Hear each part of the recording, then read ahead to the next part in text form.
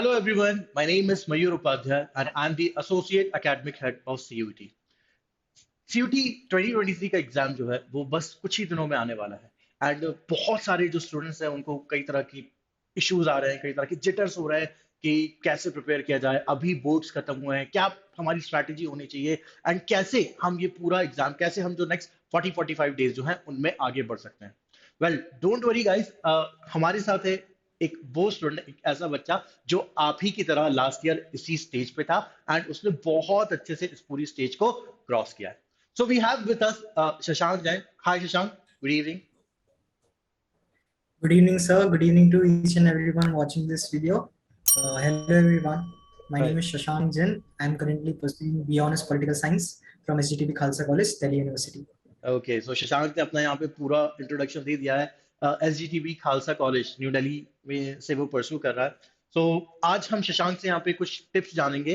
वो आपको कुछ टिप्स प्रोवाइड करेगा जो आपके अपकमिंग सीयूटी एग्जामिनेशंस में आपको फर्दर हेल्प करेगी एंड आपको अपनी ड्रीम यूनिवर्सिटीज में, अपने ड्रीम कॉलेजेस में, अपने ड्रीम कोर्सेज में पहुंचाने में आपकी मदद करेगी। ठीक है, तो शशांक, पहले तो just tell me about yourself, अपने बारे में कुछ बता दो यार। Sir, मैं जबलपुर का रहने वाला हूँ okay. and I have chosen humanities stream in 11th and 12th class. Okay. And उसी टाइम से मेरा 11th क्लास से ड्रीम एक यूनिवर्सिटी जो फॉर्म हो जाता है, dream university in college sort of thing, Delhi university हो गया था। So in order to do that मुझे फिर बाद में पता चला that we have to take CUET as an exam. So then there मेरा क्योंकि फोकस सिर्फ डीयू में था, सो मैंने स्ट्रिंजेंटली बेसिस पे उसको फिर फॉलो किया और फिर एग्जाम वगैरह की प्रेप चालू करी। नथिंग तो मोर। मतलब और लास्ट ईयर तो मतलब 2022 में तो सीयूटी आया ही था, सीयूटी का आगाज हुआ था एंड बहुत सारे बच्चे, मतलब मैं खुद देख रहा था वहां पे बहुत सारे बच्चे, इवन शशांक और काफी बात होती थी कि सर मतलब कैसे होगा, और वो हो जाती है चीजें यार। ठीक है, एक बार एक टाइम तक ऐसा होता है कि आप पूछ रहे होते हैं कि सर कैसे होगा एंड पता चलता है नेक्स्ट डे रिजल्ट आया और आप खुद वहां पहुंच गए, खुद उन यूनिवर्सिटीज में सेलेक्ट हो गए जिनका आप सपना देख रहे थे वहां पे। ठीक है, ओके। तो शशांक, अपने बारे में थोड़ा सा और मुझे बता दे यार कि स्कूल कौन सा था। सिटी तो बता ही दिया कि that you belongs from Jabalpur. School कौन सा था, डोमेन सब्जेक्ट्स क्या थे, क्या क्या डोमेन सब्जेक्ट्स ऑप्ट किए थे सीयूटी में, वो भी थोड़ा सा मुझे बता दें। सर मेरा स्कूल 12th क्लास में था महर्षि विद्या मंदिर ओके। एंड मेरे 12th क्लास में ही सब्जेक्ट्स थे history, geography, political science, English, physical education. Okay. तो सेम मैंने सीयूटी में भी ऑप्ट किए थे। हाँ, सीयूटी में मैंने जनरल टेस्ट भी दे दिया था just to increase the scope. Variety थोड़ी सी और ज्यादा मिल जाएगी, ज्यादा कॉलेजेस में, ज्यादा यूनिवर्सिटीज में एडमिशन का वो चांस बन जाएगा, उस सेंस में दे दिया था। ठीक है, ओके। तो शशांक, मतलब जब आप 12th में रहे होगे, ठीक है, मतलब जब जब मैं बात करूंगा लास्ट ईयर जैन फेब का टाइम रहा होगा, तो उस टाइम पे भी आपका, ऑफ कोर्स सारे बच्चों की तरह आपका भी फोकस वहां पे बोर्ड्स एग्जाम पे ही होगा। जस्ट टेल मी कि आफ्टर बोर्ड्स, बोर्ड्स एग्जाम खत्म होने के बाद, तुरंत बाद, मतलब आपने क्या किया, कैसे सीयूटी के लिए प्रिपेयर किया, क्या कुछ अलग किया कि आज आप इतने अच्छे कॉलेज में और अपनी ड्रीम यूनिवर्सिटी में बैठे हुए हो। सर आई बिलीव कि जो भी टॉपर होते हैं ना, या तो जो जिनने एग्जाम क्रैक किया होता है, हम्म। उन्होंने कुछ ऐसा आउट ऑफ द बॉक्स या अलग सी कोई तिगड़म नहीं लगाई होती है। द थिंग इज कि कुछ बेसिक जो सेट पॉइंट्स हैं वही होते हैं, लाइक आपको सिलेबस कंप्लीट करना है, जो ऑलमोस्ट सभी लोग कर लेते हैं। ठीक उसके है। बाद प्रॉब्लम आती है रिवीजन के टाइम पे और प्रैक्टिस के टाइम पे। हर हम्म। बंदा रिवीजन नहीं कर पाता है और उससे भी कम लोग प्रैक्टिस कर पाते हैं। सो जो सिंपल चीजें हैं, like stick to the basic core points, core principles पे जो स्टिक रह के उनको डिसिप्लिन से फॉलो करता है, आई गेस एग्जाम क्रैक करना कोई उतनी बड़ी बात नहीं है सीयूटी पे। बिकॉज आप जो डोमेन में पढ़ रहे हो 12th क्लास में, you have to answer the same. बस ये है कि आपको आप सब्जेक्टिव लिख रहे हो 12th में, but you have to answer objective. तो उसकी तैयारी आपकी प्रैक्टिस क्वेश्चंस या टेस्ट मार्क्स वगैरह लगा के हो सकती है आराम से। सो आई गेस उतना कुछ कॉम्प्लिकेटेड नहीं है ना, ओवर कॉम्प्लेक्स कोई चीज है। Just stick to the basic principles, syllabus पूरा कवर आपका वैसे ही एग्जाम टाइम हो जाता है। एक फायदा ये है हमारा कि एग्जाम से पहले हमारे बोर्ड आते हैं। सो जो सिलेबस है वो हमारे दिमाग में फ्रेश रहता है, बिकॉज बोर्ड्स के लिए सब अच्छे से पढ़ाई करते हैं। उसके बाद बस आपको प्रैक्टिस बहुत अच्छे से करनी है। आई वुड सजेस्ट कि मॉक्स तुम अच्छे से लगाओ। मैंने मॉक्स हाँ बहुत अच्छे से लगाए थे। मैंने आई गेस 60-65 कुछ मॉक्स लगाए थे। सो मॉक्स लगाओगे तो आपको या कॉन्फिडेंस मिलेगा। मॉक्स ओके। लगाना तो बनता है। मॉक्स ओके। लगाओगे तो कॉन्फिडेंस आएगा और फिर चीजें बहुत जल्दी सॉर्ट आउट हो जाती है। ठीक। कुछ उतना टफ नहीं लगता एग्जाम टाइम पे। ठीक तो है, ओके। बेसिक सिंपल रूट्स है सर, वही completion of syllabus, revision and practice, these three things. Okay, okay Shashank. So guys, एक टॉपर अपनी टिप्स आपको बता रहा है, उसने 3 टिप्स बताई हैं यहाँ पे, ठीक है। कंप्लीशन ऑफ कोर्स, सेकंड मॉक्स, ठीक है। तो मॉक्स यहाँ पे शशांक ने बताया कि बहुत हेल्प की है मॉक्स ने, ठीक है। एंड अराउंड 60 मॉक्स यहाँ पे शशांक ने लगाए थे।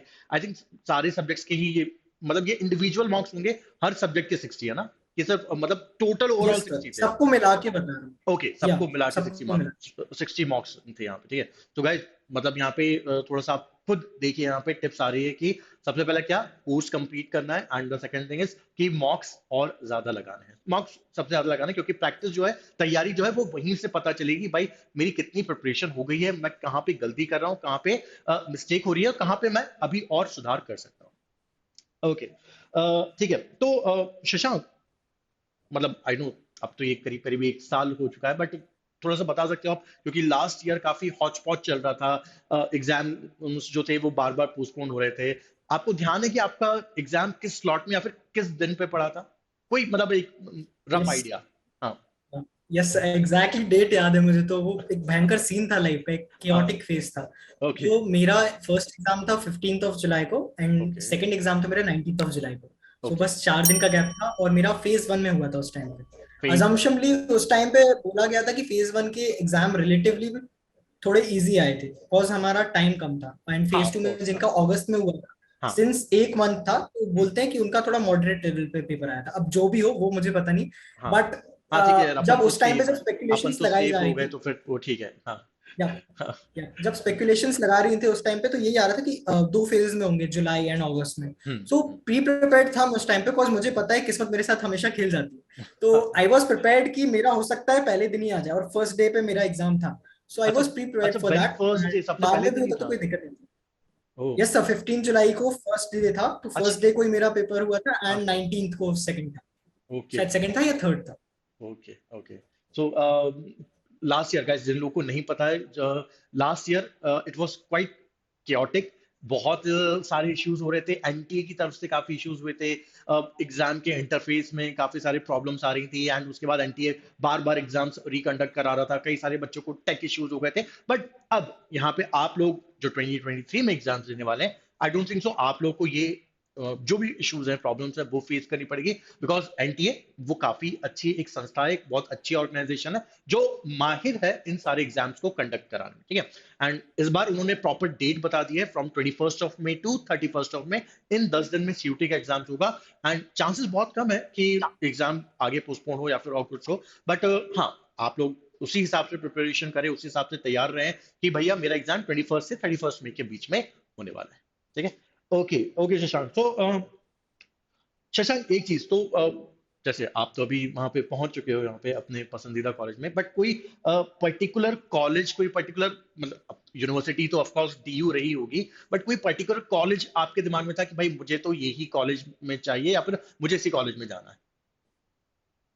सर एविडेंटली लाइक अगर मैंने स्टार्टिंग में ही बोल दिया मैं मुझे पॉल साइंस ऑनर्स करना था, हाँ। तो सब समझ ही गए होंगे कि हिंदू कॉलेज ही था, एपिटोम है कॉज वो पॉल हाँ। साइंस ऑनर्स हाँ। का हाँ। In India. So hmm. Obviously वो मेरी फर्स्ट चॉइस थी, बट थोड़ा स्कोर कम रह गया, शॉर्ट आउट हो गया थोड़ा सा। But okay. Anyways, like being in north campus is also a great feeling. अरे आप नॉर्थ नॉर्थ कैंपस कैंपस के, तो। एक बात ये मैंने वहां जाके रियलाइज करी है हाँ। कि like I would like to tell this to all the viewers also, hmm. कि नॉर्थ कैंपस में आप किसी भी कॉलेज में जाओ, whether it be SGTB, DRC, KMC, Ramjas, Hansraj, any college. Hmm. The thing is that professors are equally well qualified. हम्म। सारे colleges के professors वहां पे, इवन ऑफ कैंपस के कॉलेजेस के ले लो, साउथ कैंपस के, सारे प्रोफेसर्स ओवरली क्वालिफाइड है वहां पे। The thing is that north campus का क्रेज एंड हाइप इसलिए है because of the feeling and the ambience of that area. Of course, just, of course. And अगर आप पर्टिकुलरली स्टडी की बात करो कि स्टडी में कोई डिफरेंस है, because I have friends who have Hindu in pol science honours. So okay. मैं अगर उनसे बात करता हूँ तो उतना हमें कोई डिफरेंस समझ में नहीं आता कि यार उनका कोर्स जैसे हमसे 1 महीने ज्यादा चल रहा है, तो उनके टीचर्स कुछ ज्यादा ही एफर्ट्स लगा रहे हो। हाँ, मतलब ऐसा ऐसा नहीं नहीं है होता। कि कुछ बहुत So, जन घुट्टी टाइप घोल के पिला दे रहे हैं कि नहीं, या कि ऐसा कुछ नहीं हिंदू है। है तो एकदम हाँ। मतलब आईएएस बना के छोड़ देंगे, ऐसा कुछ नहीं होता। बस हाँ। ये है कि वहां पे, because the college has a class, hmm. So वहां पे जो स्टूडेंट्स आ रहे हैं वो थोड़े और अच्छे आ रहे हैं। ओके। बाकी ओके। अगर तुम वन ऑन वन उनसे कुछ कंपैरिजन करोगे तो हम्म। फर्क नहीं पड़ता। द कोई thing is, if you enter the campus, you are great enough, मतलब आप ऑफ कोर्स। अच्छी जगह पे आए हो, अच्छे लोगों के बीच में आए हम्म। हो, एंड डिफरेंस क्राउड बनाता है, your peer group makes the difference, not the college. College are equally well good there. ये जो चीज है ये मुझे कॉलेज वहां जाके पता चली. और ये आई गेस कि ये आप लोग को पहले से पता होना चाहिए, बिकॉज मेरा भी यही था दैट मैंने स्टार्टिंग से हिंदू रखा था, हिंदू नहीं मिला, एनएचजीटीबी मिला. तो आई वाज लाइक फॉर मुझे एक अरे दो गुरु घंटे के लिए तेग बहुत बहादुर यार, दुख हुआ मतलब था. गुरु तेग बहादुर खालसा मतलब अपने आप वही. में, मतलब एक पूरी हिस्ट्री है गुरु तेग बहादुर खालसा की. एंड कितने मतलब उनके अगर अलुमनाई की बात करें, मतलब उनके अगर पुराने बच्चों की बात करें, they are doing so good in their fields. और मतलब यहाँ पे कुछ जो डेटा है वो निकल के आता है कि जो यूपीएससी का एग्जाम्स होता है उसमें भी बहुत सारे बच्चे वो एसजीटीबी के होते ही होते हैं वहाँ पे. या राइट राइट. हाँ. सो कॉलेज उतना कुछ फर्क नहीं करता है. लाइक कोई कॉलेज होते हैं जिनका नाम बहुत ज्यादा आउटलाइन हो जाता है, कई कॉलेज होते हैं जिनका नाम उतना आउटलाइन नहीं होता है. हाँ. बट डिफरेंस एट लास्ट आप ही मनाते हो एंड हम्म. Your group. हाँ एग्जैक्टली. मतलब हम लोग नॉर्थ तो यही कैंपस बात में है. तो है ना यार, है ना, कुल मिला के नॉर्थ कैंपस में वही, तो पढ़ रहे हैं. नॉर्थ कैंपस में हो हाँ. आप तो it's a great feeling, like feeling. Really a surreal feeling. सही है, सही है. अच्छा, यहीं पे सिंस मार्क्स की बात निकली है Shashank, so what was your CUT score? CUT का स्कोर कितना था? सर मेरा स्कोर आफ्टर नॉर्मलाइजेशन 766 ऑफ 800 था. Okay, 766 of 800. ठीक है, ठीक है. एंड मतलब हिंदू कहाँ पे क्लोज हो गया था? हिंदू कॉलेज? सर हिंदू का तो बहुत हाई गया था, मुझे जहां तक आइडिया है हिंदू का 793 या 794 गया था okay. For general. For and general. फिर उसके बाद थोड़ा नीचे, मतलब लास्ट की बात करूं तो 780 टू 783 गया होगा क्या हम्म. रिजर्वेशन के लिए. ठीक है, ठीक है. बट ठीक है, एसजीटीबी भी या 667, sorry 766, it's a good score यार, बहुत अच्छा वही, स्कोर था. और नॉर्थ वो भी कैंपस में एंट्री फर्स्ट. के लिए तो 760 प्लस चाहिए. चाहिए, चाहिए. ठीक है. सो अच्छा, इस या बार तो कंपटीशन और तगड़ा और हाई है. आई डोंट नो कि आपको ये चीज पता है कि नहीं, बट इस बार और ज्यादा नंबर में फॉर्म्स जो हैं वो फिल हुए हैं, और ये ओवर द इयर्स ये जो नंबर है ये और बढ़ता जाएगा, इंक्रीज होता जाएगा. सो गाइज, बढ़ता जाएगा. Buckle up. मतलब देखिए अपने सीनियर्स, आपके जो सीनियर्स हैं वो क्या बता रहे हैं, क्या कहने की कोशिश कर रहे हैं, क्या समझा रहे हैं. जो इश्यूज, जो प्रॉब्लम उन्होंने फेस की वो नहीं चाहते कि आप लोग फेस करो, इसलिए आज शशांक यहाँ पे आपके सामने आया है कि आपको दिक्कत ना हो, आपको वो इशू ना हो जो उसने फेस किया. ठीक है. ठीक है शशांक. अच्छा, एक चीज मुझे यहाँ पे और बता दे, that how you started your preparation. ठीक है.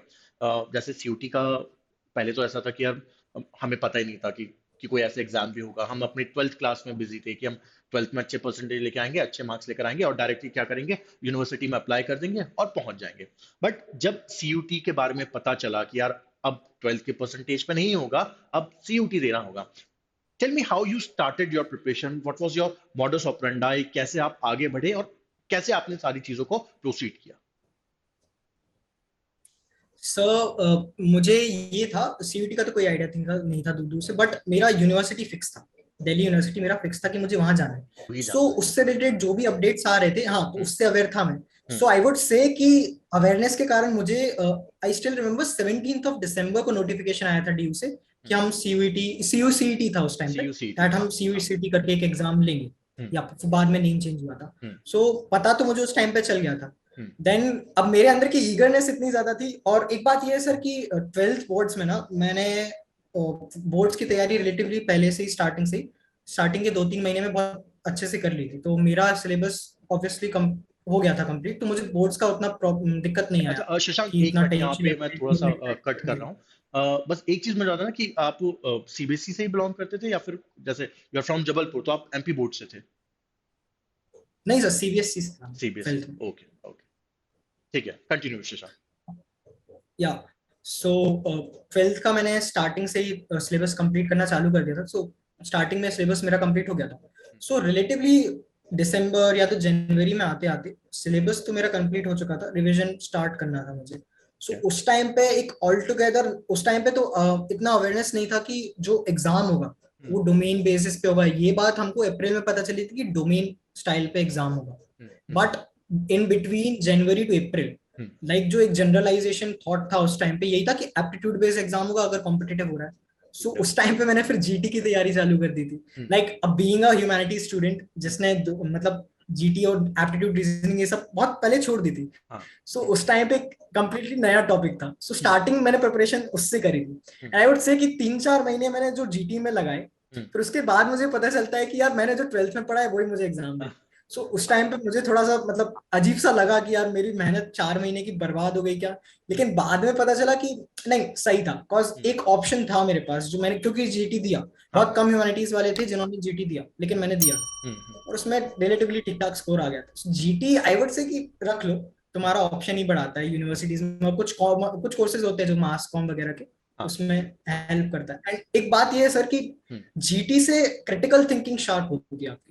ऑब्वियसली, उसमें जो क्वेश्चंस है, जो रीजनिंग है, हम्म, एबिलिटी, क्रिटिकल थिंकिंग, रीजनिंग, वो चीज अगर स्किल्स आप उस टाइम पे सीख रहे हो हम्म, तो कहीं ना कहीं रिफ्लेक्ट होती है आपके डोमेन सब्जेक्ट्स पे भी। ठीक है, कि कुछ क्वेश्चंस, अब सीयूटी में कॉम्पिटिटिव एग्जाम है तो हम्म, क्वेश्चंस रिलेटिवली एलिमिनेशन से you guess 60 to 70% question elimination से सॉल्व हो जाते हैं। हम्म, कुछ उसमें अलग से दिमाग नहीं लगाना पड़ता हम्म, है कि अगर आपको थोड़ा 50 to 60% नॉलेज भी है क्वेश्चन का, हम्म, तो एलिमिनेशन से भी आप आंसर तक पहुंच सकते हो। कई ट्रिक्स होती है, आई गेस सर आपको बताएंगे अगर आप एनरोल्ड हो तो, कि बहुत सारी ट्रिक्स हमको भी बताई थी उस टाइम पे, एलिमिनेशन टेक्निक्स और कुछ अलग अलग टेक्निक्स बताई थी। तो ऑब्जेक्टिव और कॉम्पिटेटिव एग्जाम का फायदा ये है कि आप even though if you don't have, नहीं फैक्चुअली आप 100% करेक्ट नहीं हो, आपको पूरा आइडिया नहीं है, स्टिल आप आंसर तक जा सकते हो। हो सो सकता कई है, ट्रिक्स हैं, कई थोड़ा जो नॉलेज बेसिस है हम्म, उसमें तो ज्यादा दिक्कत नहीं हुई थी, बिकॉज मैंने ट्वेल्थ का पढ़ लिया था। एंड फिर उसके बाद बस ये है सर कि मैंने प्रैक्टिस करी। लाइक आई टोल्ड अर्लियर कि प्रैक्टिस अगर आप करते हो तो फर्स्ट बात है कि आप उस जो सीबीटी बेस्ड टेस्ट है, मैंने पहले कभी दिया नहीं था, हम्म, सीबीटी बेस्ड टेस्ट में मॉक्स उसी पैटर्न में लगाए थे तो थोड़ा आइडिया हो गया था कि होगा क्या। हम्म, अब जैसा मुझे कई लोग, क्योंकि मैंने वहां जाके एक्सपीरियंस किया था कि बहुत सारे लोग थे उनको पता ही नहीं था कि एग्जाम ऐसा होगा, यहाँ क्वेश्चन इस साइड होंगे पैलेट में, हम्म, यहाँ पे आपको टिक करना है, जो एक जनरल अंडरस्टैंडिंग होती है वो भी बहुत सारे लोगों को नहीं थी। सो अगर आप मॉक्स लगाते हो पहले से तो एक इंटरफेस का नॉलेज तो आपको जनरल हो जाएगा। ऑफ तो कोर्स, वहां जाके इतना मतलब, बिकॉज ये सारी चीजें हैं जो जो एंड में जाके इम्पैक्ट है, बिकॉज ये साइकोलॉजिकल होता है। अगर आप वहां जा रहे हो, आपको ये बेसिक चीज नहीं पता, आप घबरा जाओगे पहले से, वो बिल्कुल, नर्वसनेस मार जाती है। हम्म, सो आई वुड से कि अगर आपका कोर्स भी कंप्लीट हो गया है तो हम्म, भी एग्जाम डे के दिन घबराहट नहीं होनी चाहिए। उसको अवॉइड करने के लिए जो भी कर सकते हो करो, जितने मॉक्स लगा सकते हो उतने मॉक्स लगाओ। कॉन्फिडेंट रहोगे तो एग्जाम टाइम पे नर्वसनेस नहीं होगी, और नर्वसनेस नहीं होगी तो जो आंसर्स नहीं आते होंगे वो भी बन जाएंगे। अगर आप डर डर के करते हो तो जो आ रहा होगा वो भी गलत हो जाएगा। Hmm. This is the thing. Okay, तो यहाँ पे बहुत अच्छी एक चीज बताई यहाँ पे, शशांक ने बहुत अच्छा यहाँ पे बात बोली यहाँ पे कि इंटरफेस आपको पता होना चाहिए। मतलब अगर ना भी पता हो तो मतलब वो कोई बहुत ज्यादा इम्पैक्ट नहीं करता है, बट हाँ, अगर आपको पता है, अगर आप चीजों से यूज टू हो, अगर आपने उसी इंटरफेस पे उसी तरीके से अगर आपने अपने मॉक्स अटेम्प्ट किए हुए हैं, तो वो एक, हाँ, एक जनरल फेमिलियरिटी बनी रहती है कि यार नहीं, इसी टाइप से आएगा, इस साइड पे क्वेश्चंस होंगे, इस साइड में आपके आंसर्स होंगे। यार मुझे क्या करना है, कोई क्वेश्चन अगर नहीं आ रहा है और उस क्वेश्चन पे मुझे वापस से आना है, तो मैं उसे रिव्यू पे डाल सकता हूँ, या फिर उस क्वेश्चन को अभी छोड़ सकता हूँ, कुछ और कलर से मार्क कर दिया। तो ये सारी चीजें आपको फर्दर, ये सारी चीजें आपको लॉन्ग रन में पक्का हेल्प करती करती हैं, एंड यही यहाँ पे मेक और ब्रेक की सिचुएशन बनाती है। लाइक आपके 5% मार्क्स यहीं पे कम ज्यादा हो सकते हैं अगर आपने इन सारी चीजों पे अच्छे से कमांड कर लिया है, इंटरफेस के बारे में पता है, एक जनरल फेमिलियरिटी है, ये सब आपको आगे चल के फायदा तो देता ही देता है। ठीक है, ओके, तो शशांक, अब एक बहुत इंपॉर्टेंट चीज मैं पूछना चाहता हूँ तुझसे कि, और मैं चाहता हूँ कि तू बताए बच्चों को ये चीज। तो अभी तक जैसे जो बच्चे थे, मतलब 2023 के जो बच्चे हैं जिन्होंने अभी बोर्ड्स एग्जाम दिए थे, तो उनकी अभी जो ओवरऑल प्रिपरेशन रही है बोर्ड्स में, या फिर उनके जो स्कूल्स में और दूसरे एग्जाम्स हुए हैं, वो सारी की सारी उनकी प्रिपरेशन अभी रही है कैसी, सब्जेक्टिव वाइज। ठीक है, मतलब उनके एग्जाम्स में आंसर आते थे, उन्हें आंसर मतलब उन्हें लिखने पड़ते थे अपने आंसर, ठीक है, उसके हिसाब से उनको उसके बेसिस पर उन्हें मार्क्स मिलते थे। तो ये सारी चीजें रही है, but COT is all together a different ball game. मतलब यहाँ पे आपको जो भी आपके क्वेश्चंस होंगे, ठीक है, आपको उन क्वेश्चंस पे 4 ऑप्शंस दी जाएंगे, एंड बेसिकली यहाँ पे ऑब्जेक्टिव टाइप पेपर होगा सीयूटी का। तो how is it different from your 12th exam, और आप क्या क्या कर सकते हो, आप कौन कौन सी चीजों पे और एक्स्ट्रा एफर्ट्स लगा सकते हो कि आप ऑब्जेक्टिव टाइप एग्जामिनेशन में अच्छा स्कोर कर पाओ। और डिफरेंस तो बहुत ज्यादा ड्रास्टिक डिफरेंस है, but sir main problem, main बात यही है कि अगर आपका फाउंडेशन क्लियर है, foundation in the sense knowledge base आपका सही है, ट्वेल्थ एग्जाम में आपने बोर्ड्स की प्रेप करी है तो नॉलेज फाउंडेशन आपका बेस्ट होगा, उसको हमें बस पॉलिश करना है एंड चेरिश करना है। सो उसके लिए बेसिक चीजें यही है दैट, कॉज हम जब ऑब्जेक्टिव पढ़ते हैं ना तो ऑब्जेक्टिव के लिए हम चीजें खुदेड़ते हैं चैप्टर से, कॉज यू डोंट नो कि किस टाइप का क्वेश्चन आ जाएगा। सब्जेक्टिव में आप अपना इंटरप्रिटेशन बता सकते हो, आप अपनी अंडरस्टैंडिंग लगा सकते हो, ऑब्जेक्टिव में नहीं। ऑब्जेक्टिव स्ट्रेट फॉरवर्ड फैक्ट्स जो है, या हाँ या तो ना, गलत होगा या तो सही होगा, हाफ मार्क्स नहीं मिलेंगे वहां पे। तो उसमें बस यही है कि रीजनिंग आपकी बढ़िया होनी चाहिए। बिकॉज कई चीज होती हैं जिनको, लाइक मैंने बताया पहले भी, कि कुछ ट्रिक्स होती हैं, कुछ टिप्स होती हैं, उनसे आप क्रैक कर सकते हो क्वेश्चंस को। लेकिन वो चीज भी तब आती है जब कुछ बैकग्राउंड नॉलेज है आपको। सो आई वुड से कि सबसे नॉलेज बेसिस अगर तुम्हारा सही है, बोर्ड्स एग्जाम में तुमने अच्छा किया है, अगर बोर्ड्स में भी नहीं किया अच्छा, तो यू हैव दिस ऑप्शन कि आप अब अपने पास सेकंड चांस है। हमारा बोर्ड्स अब मायने नहीं रखता है। सो ऑब्वियसली प्रिपेयर तो तुम करोगे बोर्ड्स के लिए, but you have a second chance. So अगर हम बोर्ड्स में भी उतना अच्छा, या तो हमें लगता है वी लैक सम टॉपिक्स, या तो कुछ हमने एरियाज या तो कुछ चैप्टर्स हमने छोड़ दिए, सो वर्क ऑन दैट। एक नॉलेज बेस अपना सेट करके रखो। एंड फिर एक बात ये होती है, जब आप प्रैक्टिस करते हो, लाइक आप शीट से करोगे या तो जैसे भी प्रैक्टिस कर रहे हो, तो उसमें जो ऑब्जेक्टिव क्वेश्चंस आते हैं, एक जनरल मैंने ये चीज फेस करी थी सर, कि हम जो सब्जेक्टिव में पढ़ रहे थे, सब्जेक्टिव में ऊपर ऊपर से आपको नॉलेज पता है, कुछ डिटेल की चीजें पता है, लेकिन जब हम सब ऑब्जेक्टिव की प्रैक्टिस करते थे, क्वेश्चंस लगाते थे एमसीक्यूज वाले, तो उसमें बहुत सारी नई नई चीजें पता चलती थी। मैं क्या करता था कि नोट मेकिंग की तो हैबिट, आई गेस कि आपको, आपकी भी हैबिट होगी नोट मेकिंग की, और नहीं है तो बनाओ। नोट मेकिंग की हैबिट ये कि नोट्स आपने जो 12th के बनाए हैं, वहीं पे एड ऑन करते जाओ ये सारी जो एक्स्ट्रा पॉइंट्स पता चल रहे हैं।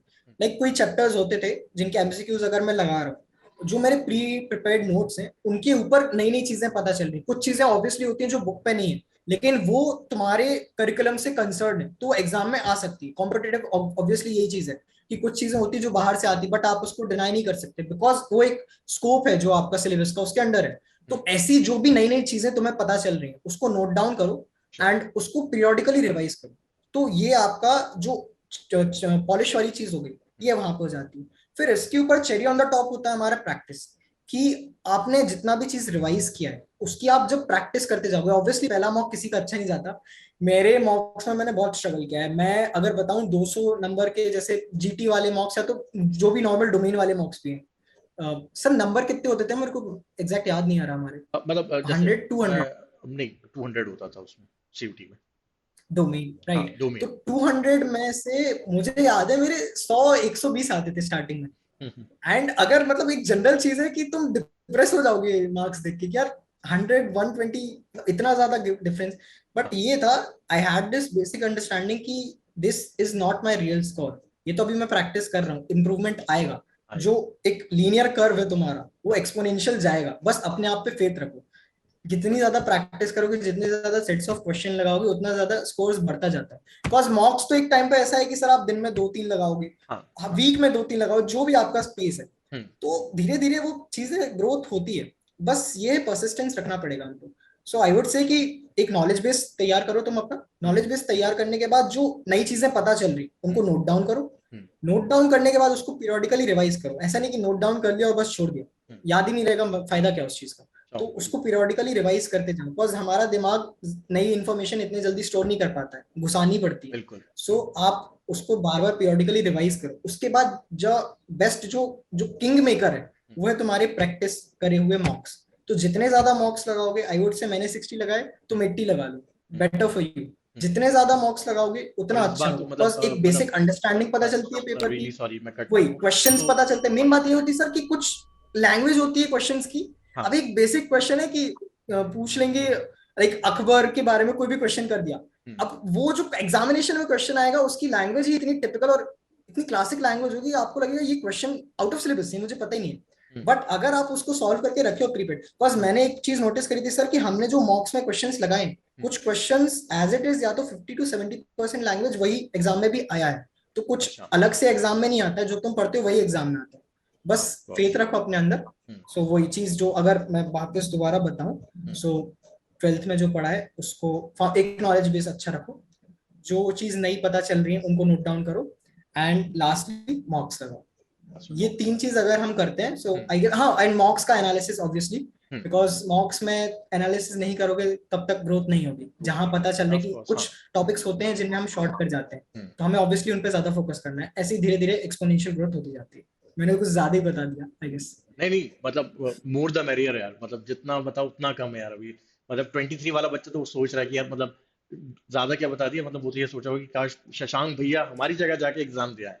अ, ठीक है, दैट्स ग्रेट यार शशांक, वंडरफुल। मेरा आखिरी क्वेश्चन जो था उसका रिप्लाई तूने पहले ही दे दिया यहाँ पे कि 2023 के जो स्टूडेंट्स हैं, ठीक है, I know you have summarise this very well, अब बहुत अच्छे से बता दिया, बट फिर भी एक last cherry on the top जैसा तूने कहा था यहाँ पे, तो चेरी ऑन द टॉप एक बार प्लीज 23 वाले बच्चों को बता दे कि कुछ टिप्स, कुछ फाइनल टिप्स लास्ट 1 मंथ में, लास्ट 40 डेज में वो लोग ऐसा क्या करें कि मतलब अगर वो कहीं पर भी लैग कर रहे हैं, कहीं पर भी अगर उन्हें लग रहा है कि यार नहीं ये नहीं हो पा रहा है या फिर नहीं हो पाएगा, तो लास्ट 40 डेज इस लैग में वो ऐसा क्या करें कि वो एक्सपोनेंशियल ग्रोथ कर जाए जैसा तू बता रहा सो ये चीज वेरी करेगी स्टूडेंट टू स्टूडेंट। अगर आप लाइक एक कैटेगराइजेशन हम कर सकते हैं कि अगर आपने अभी तक नॉलेज बेस आपका अच्छा है, आपने सब चीजें पढ़ी रखी, तो ऑब्वियसली आप रिवीजन करो, मॉक्स लगाओ, more than enough for you.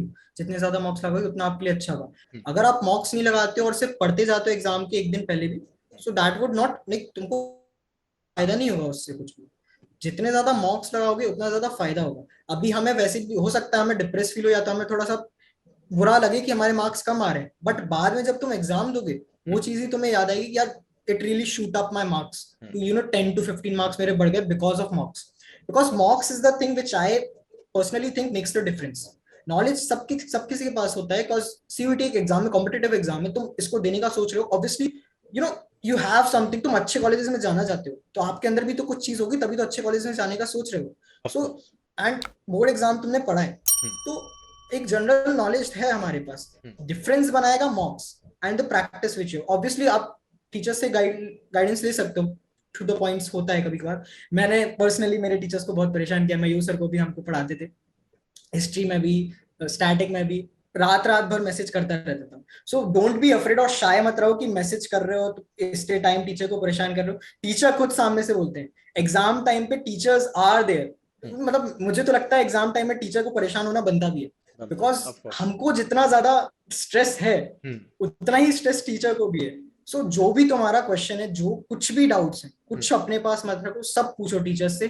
कभी भी मैसेज करो, कॉलिंग ऑब्वियसली आप हमेशा नहीं कर सकते, बट स्टिल मैसेज करो, कॉल जब वो उठा सकते हैं कॉल करो, सब डाउट्स क्लियर करो, कुछ भी छोड़ो मत लास्ट मोमेंट के लिए। बस आई गेस कि रिग्रेट एक बहुत गंदी फीलिंग होती है, रिग्रेट नहीं होना चाहिए किसी भी चीज का। So give it your 100%। बस the thing is that give it your 100%। आप 100% दोगे अपना, इवन दो रिजल्ट की फिक्र नहीं करनी चाहिए। आई personally think this in life, just give it your 100%, don't think about the result, because it is not controllable. जो चीज कंट्रोलेबल है उस पर ध्यान लगाओ, जो तुम्हारी प्रैक्टिस है, जो तुम्हारा नॉलेज रिटेंशन है, वो तुम्हारे हाथ में, उस पर ध्यान दो। मार्क्स क्या होगा, पेपर कैसा आएगा, कैसा होगा, वो टेंशन हमारे हाथ हो में रही नहीं है, है, वो चीज। कोई पेपर चेंज रहेगा, वो सब वही छोड़ो। That is not under your control, उसको छोड़ दो, उसको भगवान पे छोड़ दो। जस्ट उस चीज पे फोकस करो जो तुम्हारे कंट्रोल में, and everything would be all right. अगर आपने मेहनत करी सब अच्छा जाएगा। सब अच्छा रहेगा। दैट्स ग्रेट यार, दैट्स ग्रेट शशांक, वंडरफुल यार। मतलब आई नो जितने भी बच्चे इंटरव्यू देखेंगे और नियर फ्यूचर में जब ये इंटरव्यू देखेंगे तो उन्हें एक अच्छा बूस्ट अप तो मिलेगा ही मिलेगा। बोलते हैं यार ये शशांक भैया ने तो क्या टिप्स दिए हैं, उनकी टिप्स को ही अगर मैं फॉलो कर लूं तो मैं भी वहां पे उनके साथ उनका जूनियर तो बन ही सकता हूँ कम से कम, ठीक है। ओके, दैट्स ग्रेट यार, ग्रेट शशांक।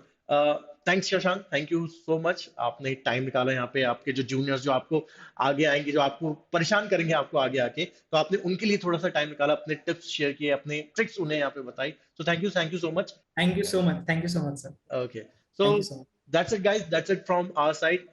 आई होप आपको ये इंटरव्यू पसंद आएगा, आपको शशांक की जो भी टिप्स हैं, ट्रिक्स हैं, वो सब आप अपने दिमाग में इनकॉर्पोरेट करोगे एंड आप उन्हें अप्लाई करोगे, ठीक है, सीयूटी 2023 में, ठीक है।